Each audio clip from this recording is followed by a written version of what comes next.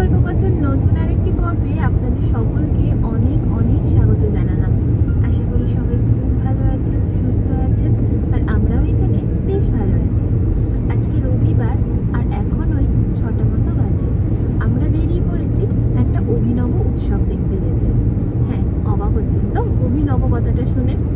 উৎসব বলতে আমরা সাধারণত যা বুঝি তা দুর্গাপুজো, কালী পুজো বা ঈদ কিংবা খ্রিস্টমাস। কিন্তু আজকে যে উৎসবটাই যাচ্ছি সেটা সত্যি আমার কাছে অন্তত একদমই নতুন একটি উৎসব। যাচ্ছি এমন একটি জিনিসের উৎসব দেখতে যাকে দেখলে আমাদের মতো হস্টেলে থাকা মানুষ বা খাবার পাতেও যদি তাকে দেখা যায়, সবাই আমরা ভুরুকুচকে বলে উঠি মোটামুটি, আজকে এটা করেছো? হ্যাঁ, ঠিকই ধরেছে, যাচ্ছি মানে পাম্পকিন ফেস্টিভ্যাল। তাহলে চলুন আমাদের সঙ্গে যাওয়া যাক পাম্পকিন ফেস্টিভ্যালে, দেখি সেখানে কি কি রয়েছে। এই যে কুমড়োর ক্ষেত বা পাম্পকিন প্যাচ, এটা উত্তর আমেরিকায় 1900 শতক থেকে জনপ্রিয় হয়ে ওঠে, যখন কুমড়ো হ্যালোউইন উদযাপনের একটি মূল কেন্দ্রবিন্দু হয়ে উঠেছিল। জ্যাক ও ল্যান্টার্ন তৈরি করার প্রথাটি আইরিশ অভিবাসীদের কাছ থেকেই এখানে এসেছিল, যারা মন্দ আত্মাকে তাড়ানোর জন্য শালগম খোদাই করত। কিন্তু আমেরিকা যুক্তরাষ্ট্রে শালগমের থেকে কুমড়ো ছিল অনেক সহজলভ্য এবং কুমড়ো খোদাই করাও অনেক সহজ।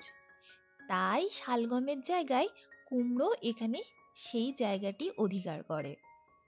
কুমড়ার ক্ষেত সময়ের সাথে সাথে একটি সামাজিক এবং উৎসব মুখর স্থান হয়ে ওঠে, যেখানে এখানকার সমস্ত পরিবারগুলো খোদাই করার জন্য কুমড়ো বেছে নেয়। এখন আমরা আমাদের গন্তব্যস্থলে পৌঁছে গিয়েছি। তবে এই যে মেলাটা, এখানে ঢুকতে কিন্তু কোনো এন্ট্রি ফি লাগছে না, কিন্তু গাড়িটা পার্ক করতে আমাদের $20 করে লেগেছে। তবে সেটা অনলাইন পেমেন্ট হয়নি, আমাদেরকে ক্যাশে পেমেন্ট করতে হয়েছিল। ঢোকার সাথে সাথে সামনেই এরকম একটি খুব সুন্দর ম্যাপ দেওয়া রয়েছে, যে ম্যাপে বর্ণনা করা আছে এখানে কোথায় কি ইভেন্টস হচ্ছে। তবে এখানে গাড়ি পার্কিং এর যেরকম সুব্যবস্থা আছে, ঠিক সেরকমই রয়েছে অনেকগুলো বায়ো টয়লেট। এই মেলাটিতে ঢোকার সময় কোনো রকম কোনো এন্ট্রি ফি না লাগলেও এখানে যে সমস্ত রাইডস গুলো আছে বা কিছু কিছু ইভেন্টসও আছে, যেখানে ঢুকতে গেলে কিন্তু টিকিট কাটতে হবে। সেই টিকিটের মূল্য কত টাকা করে সেই সংক্রান্ত একটি বোর্ড আমরা যখন ঢুকেছিলাম তখন সামনে ছিল। আর এই যে ওয়েলকাম গেট। এবার আস্তে আস্তে আমরা মূল অনুষ্ঠানের দিকে প্রবেশ করছি। এইদিকে একবার দেখুন, এই ডাইনোসরটা কি বীভৎস ভয়ঙ্কর দেখতে না? আসলে সামনেই তো আমাদের ভূতের উৎসব আসছে। আমাদের দেশে যেরকম আমরা দীপাবলি, ভূত চতুর্দশী সেলিব্রেশন করি, ঠিক সেই রকমই এখানে হয় হ্যালোউইন। এই যে দেখেছেন, এই হলো সেই টিকিটের বোর্ডটি। এখানে সমস্ত কিছু লেখা আছে, কোন রাইডসের জন্য কত টাকা, কোন ইভেন্টসে গেলে কত টাকা, সেই সংক্রান্ত এই বোর্ডটি একদম ঢোকার সামনেই টাঙিয়ে দেওয়া হয়েছে।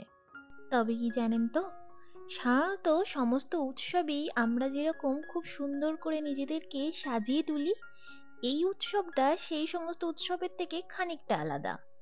এটা কে কত কুৎসিত ভূত সাজতে পারে সেইটার উৎসব। ছোট ছোট বাচ্চারা আবার বিভিন্ন রকমের ভূত সেজে একটি ছোট বালতি বা গামলা নিয়ে বেরোয় চকলেট কালেক্ট করতে। ওটাই ওদের ভীষণ আনন্দের একটি জিনিস। ঠিক যেমন ছোটবেলায় এই সময় আমাদের হতো ঘেটু গাওয়া উৎসব।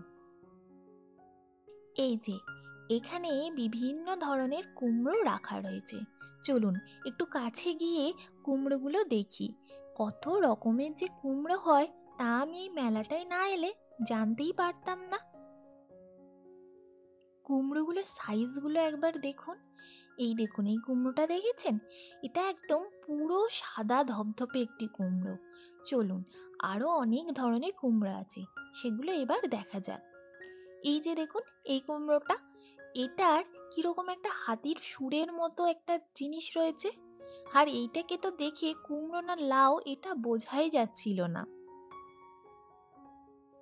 এই যে ছোট ছোট কুমড়োগুলো দেখছেন, এগুলো সাধারণত আমরা আমাদের কিচেন বা আমাদের যে ড্রয়িং রুম থাকে সেখানে কোনো একটা বাটি বা থালার মধ্যে সাজিয়ে রাখার জন্য ব্যবহার করে থাকি। আর ওই যে বিশাল বড় বড় কিছু কুমড়ো রয়েছে, ওইগুলোকে কেটে ওর মধ্যে শাঁসটাকে বার করে সেটাকে বানানো হয় একটা বীভৎস ভূত, আর তার মধ্যে জ্বালানো হয় মোমবাতি। এই লাল আর হলুদের যে কুমড়োটা, কি সুন্দর দেখতে না? আর তার পাশের কুমড়োগুলো দেখুন, দেখে পুরো মনে হচ্ছে খরমুজ। এই কুমড়োটা কি বাজে দেখতে না? দেখুন গায়ে কিরকম ব্রণ ব্রণ রয়েছে।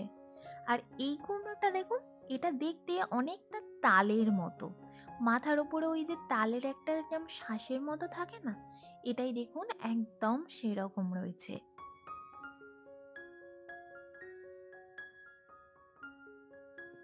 তবে আমার এই ছোট ছোট কুমড়োগুলো কিন্তু বেশ ভালো লেগেছে। এগুলো ঘর সাজানোর জন্য আমরা ব্যবহার করি বটে, তবে এই কুমড়োগুলো খাওয়া যায় কিনা সেটা কিন্তু আমি ঠিক জানি না।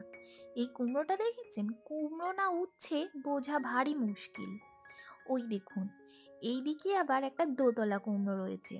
কুমড়োটার উপর দিকটা দেখুন একদম টকটকে লাল, আর নিচের দিকটা কিরকম একটা সাদা আর সবুজের ছাপা ছাপা। এই কুমড়োটা কিন্তু ভারী মজার দেখতে। এই যে নীল ট্রলিগুলো দেখা যাচ্ছে, যে সমস্ত মানুষ কুমড়ো বাছাই করে এখান থেকে কিনে নিয়ে যাবেন, সেই কুমড়োগুলো বাছাই করে রাখার জন্য এই নীল ট্রলিগুলো নিচ্ছেন তারা। এখন আমরা যে জায়গাটায় আছি, এই জায়গাটা মেলার অন্য আরেকটি দিক। এখানে বিশাল বড় বড় কুমড়ো রয়েছে, আর সবাই সেই কুমড়োগুলো হাতে নিয়ে ছবি তুলছে। আবার এখানে ছবি তোলার জন্য এই যে দেখেছেন, একটা পাম্পকিন কিং আর পাম্পকিন কুইন দুটো চেয়ার বানানো হয়েছে। আর পেছনের যে ওই বড় পাহাড়টা দেখছেন, ওটা সত্যি সত্যি অরিজিনাল কুমড়োর পাহাড়। তবে কুমড়োর ক্ষেত দেখতে এসে আমরা কিন্তু শুধু কুমড়ো না, চারিপাশটা দেখুন কত গাঁদা গাছ রয়েছে। আর এই যে কুমড়োগুলোকে দেখছেন, বিভিন্ন রকমের নাক চোখ মুখ আঁকা রয়েছে। এখান থেকে কুমড়োগুলো কিনে নিয়ে গিয়ে ওর ভিতরে শ্বাসটা বের করে ঠিক এই রকমই একটা আকৃতি দেওয়া হয়, আর ভিতরে একটা ছোট ল্যাম্প বা বাতি জ্বালিয়ে দেওয়া হয়। মেলাটা ঘুরে দেখলাম এখানে অনেক ধরনেরই রাইডস আছে, তবে আমরা ঠিক করলাম আমরা যে কোনো একটাতে চড়বো। যে রাইডসটাই চড়ে আমরা মেলাটায় প্রায় ম্যাক্সিমাম দিকটাই কভার করতে পারবো, আমরা সেই রাইডসটাই নেব। তবে নিজেরা ঠিক বুঝতে পারছিলাম না, তাই ঠিক করলাম ওই যেখানে টিকিট দিচ্ছে ওনাদেরকেই জিজ্ঞাসা করব। ওনাদেরকে জিজ্ঞাসা করার পর ওনারা বললেন এখানকার কাউ ট্রেনটা নাকি এই মেলাটার ম্যাক্সিমাম জায়গা কভার করে। তাই আমরা ওই কাউ ট্রেনটায় চাপার জন্য দুটো টিকিট নিয়ে নিয়েছি। $8 করে পড়লো, মানে ধরুন ওই ভারতীয় মুদ্রায় প্রায় 800 টাকার কাছাকাছি। ব্যাস, টিকিট তো হাতেই পেয়েই গেছি, এখন আর দেরি কিসের? এবার তাড়াতাড়ি করে যাই আর ওই রাইডটাই চেপে নিই। আর এইদিকে দেখেছেন এই কুমড়োটাকে, এর মধ্যে ঢুকে আবার সবাই ফটো তুলছে। এখন আমরা যাচ্ছি কাউ ট্রেন চড়তে। ট্রেনে চড়তে গেলে যেরকম আমাদের প্ল্যাটফর্মের মধ্যে দিয়ে হাঁটতে হয়, এটা অনেকটা সেই রকমই বলতে পারেন। চলুন এবার কাউ ট্রেনটাই ঝটপট করে চড়া যাক। এই যে এই সামনেটাই এগিয়ে যাচ্ছি, ওই সামনের ওখানে একজন দাঁড়িয়ে আছেন, তিনি টিকিটগুলো জমা নিচ্ছেন। এই ট্রেনটাকে কাউ ট্রেন বলা হচ্ছে কারণ এর যে বসার সিটগুলো দেখছেন, এগুলো অনেকটা ওই গরুর প্রতিমূর্তি টাইপের তৈরি করা হয়েছে। তবে ট্রেনটা দেখতে খুব সুন্দর হলেও এই ট্রেনটার একটা খারাপ দিকও আছে। একটু যদি লম্বা আর হেলদি মানুষ হয়, সে এই ট্রেনটার ওই জায়গাটায় বসতে কিন্তু ভারী কষ্ট হচ্ছে।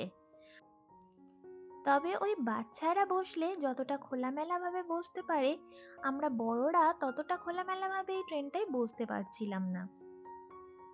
কিন্তু যাই হোক, মোটামুটি ফিট হয়ে গিয়েছি। এখন শুধু অপেক্ষা কখন এই ট্রেনটা ছাড়বে আর এর মধ্যে দিয়ে দিয়ে আমাদের পুরো ক্ষেতটা ঘুরিয়ে দেখাবে। আর এই যে ট্রেন চলাও শুরু হয়ে গিয়েছে। এবার এই গাঁদা গাছের ক্ষেতের মধ্যে দিয়ে আমাদেরকে পুরো ক্ষেতটা ঘুরিয়ে দেখালো। ট্রেনে চড়া শেষ করে এখন আমরা যাচ্ছি আরেকটি ইভেন্ট দেখতে। সেই ইভেন্টটাই অবশ্য আমরা পার্টিসিপেট করব না, তাই টিকিটও কাটিনি। ওই ইভেন্টটাই যখন দেখতে যাচ্ছিলাম তখন দেখলাম এইরকম কয়েকটা কাউন্টার করে সেখানে বাচ্চাদের খেলার জন্য বেশ কিছু রাইডস রয়েছে। এগুলো অবশ্য ফ্রি অফ কস্টই ছিল। আবার অনেকে এই রাইডসগুলোর উপরে বাচ্চাদেরকে বসিয়ে ফটোশুটও করছে। দেখুন এই ডাইনোসরগুলো কি ভয়ঙ্কর দেখতে না? এখন আমরা যেখানে যাচ্ছি এই ইভেন্টসটার নাম হলো পাম্পকিন ব্লাস্টার্স। মানে ওই ছোটবেলায় যখন আমরা মেলায় যেতাম সেখানে গিয়ে বন্দুক দিয়ে বেলুন ফাটাতাম। বন্দুক দিয়ে যেরকম গুলি বের হয়ে বেলুন ফাটতো, এখানে ওই ক্ষেতের মধ্যে একটি ছোট মানুষ করা আছে। আর ওই বন্দুকের মতোই একটি লম্বা নল আছে। এবার ওই জলের ফোর্স দিয়ে ছোট ছোট কুমড়ো সেখানে ভরে দেওয়া হচ্ছে। ওই কুমড়োটা ওই মানুষটাকে টার্গেট করে মারতে হবে। এটাই ছিল এই ইভেন্টটা। আর এই ইভেন্টে পার্টিসিপেট করার জন্য $40 প্রতিজন লাগছিল। মানে ধরুন ওই ভারতীয় মুদ্রায় প্রায় 4,000 টাকার কাছাকাছি। এছাড়াও এখানে যে বিস্তীর্ণ ভুট্টার ক্ষেত আছে সেখানে ঢুকে কিন্তু অনেকেই ঘুরছিলেন আর ছবিও তুলছিলেন। তবে আমরা বেশ দেরিতে গিয়েছিলাম আর এখন প্রায় সন্ধ্যাও হয়ে গিয়েছে, আমাদের বাড়ি ফিরতে হবে। তাই এবারের মতো আর ভুট্টার ক্ষেত ঘুরে দেখা হলো না। সামনের বার যদি আসি নিশ্চয়ই ঘুরে দেখব আর আপনাদেরও ঘুরে দেখাবো। তাহলে বন্ধুরা, আজকের ব্লগটি এখানেই শেষ করছি। আপনাদের এই অভিনব কুমড়োর মেলা কেমন লাগলো তা আমাদেরকে কমেন্ট বক্সে লিখে জানান। এইখানকার সম্পর্কে যদি কোনো রকম কোনো প্রশ্ন থেকে থাকে তা আমাদের কমেন্ট বক্সে লিখে জানান।